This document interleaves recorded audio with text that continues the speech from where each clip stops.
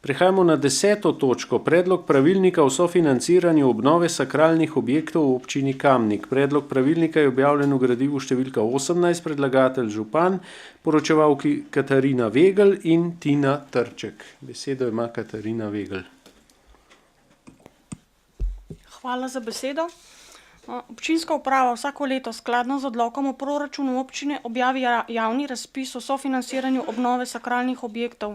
Zaradi lažjega in transparentnejšega vodenja celotnega postopka se bo v bodoče leta vodil skladno s tem pravilnikom. Obenem se s pravilnikom o sofinanciranju obnove sakralnih objektov določajo namen, upravičenci, pogoji, merila in pa kriteriji za sofinanciranje obnove. Občina Kamnik z ukrepi opredeljenimi v pravilniku spodbuja obnovo, vzdrževanje in pa ohranjanje sakralne dediščine. Višina sredstev za ta namen je letos 14 tisoč evrov, prvenstveno pa so namenjena župnijskim uradom. Hvala. Odpiram razpravo, delovna telesa,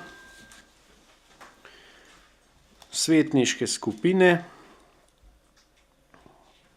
svetnice, svetniki. Besedo ima Matija Sitar Močnik. Eno vprašanje imam glede 8. člena, ki obravnava starost objekta. Noter je navedeno, če je objekt mlajši od 100 let in če je objekt starejši od 100 let. Kaj v primeru, da je star točno 100 let? Kako je to opredeljeno? In pa naprej se obravnava, da če je objekt starejši od 100 let in starejši od 200 let, dobi različno število točk.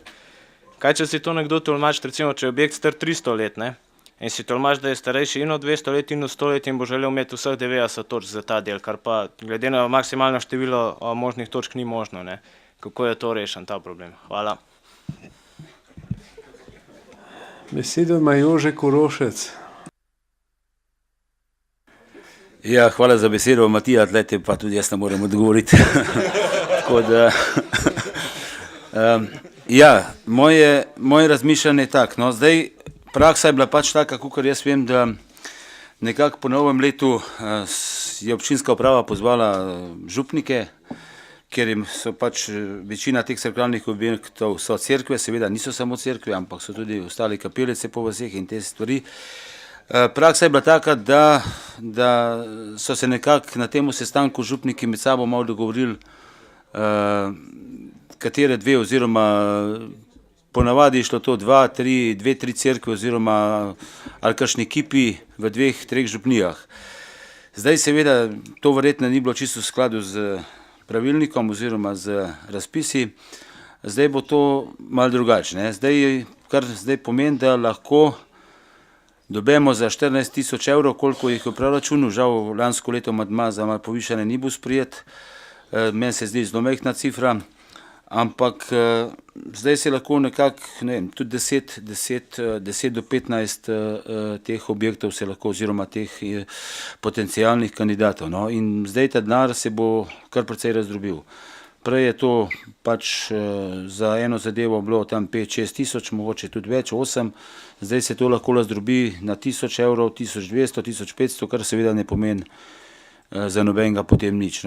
Slaba zadeva tega, mislim, slaba stran tega pravilnika je seveda to, ampak če žal more biti, je pač tako, ampak po drugi strani pa tudi tle vidim, da je maksimalno število točk je 310, mislim, da je bilo prav, da je napisano še minimalno. Sicer v razpisu potem verjetno bo, ampak je kar fajn, če bi bilo še minimalno število točk, ki jih lahko doseže, da se sploh vita se lahko prijavlja, a se ne prijavlja. To, da bi bilo fajn.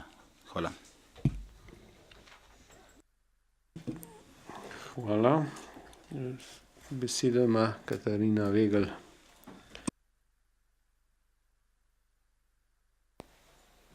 Ja, zdaj, kar se samega pravilnika tiče, predvidevamo, da se skladno s tem pravilnikom za same izvajalce se v bistvu ne spreminja ničesar. Župnijski uradi so se že do zdaj mogli prijavljati na razpis in tudi od zdaj naprej se bojo prijavljali.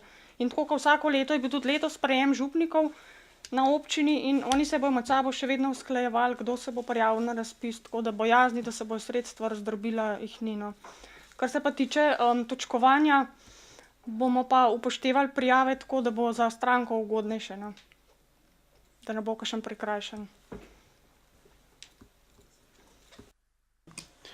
Hvala. Še kdo? Ne. Ja. Zaključujem razpravo in bomo glasovali o predlaganem sklepu. Občinski svet občine Kamnik sprejme pravilnik o sofinanciranju obnove sakralnih objektov v občini Kamnik. Glasujemo. Glasovanje poteka.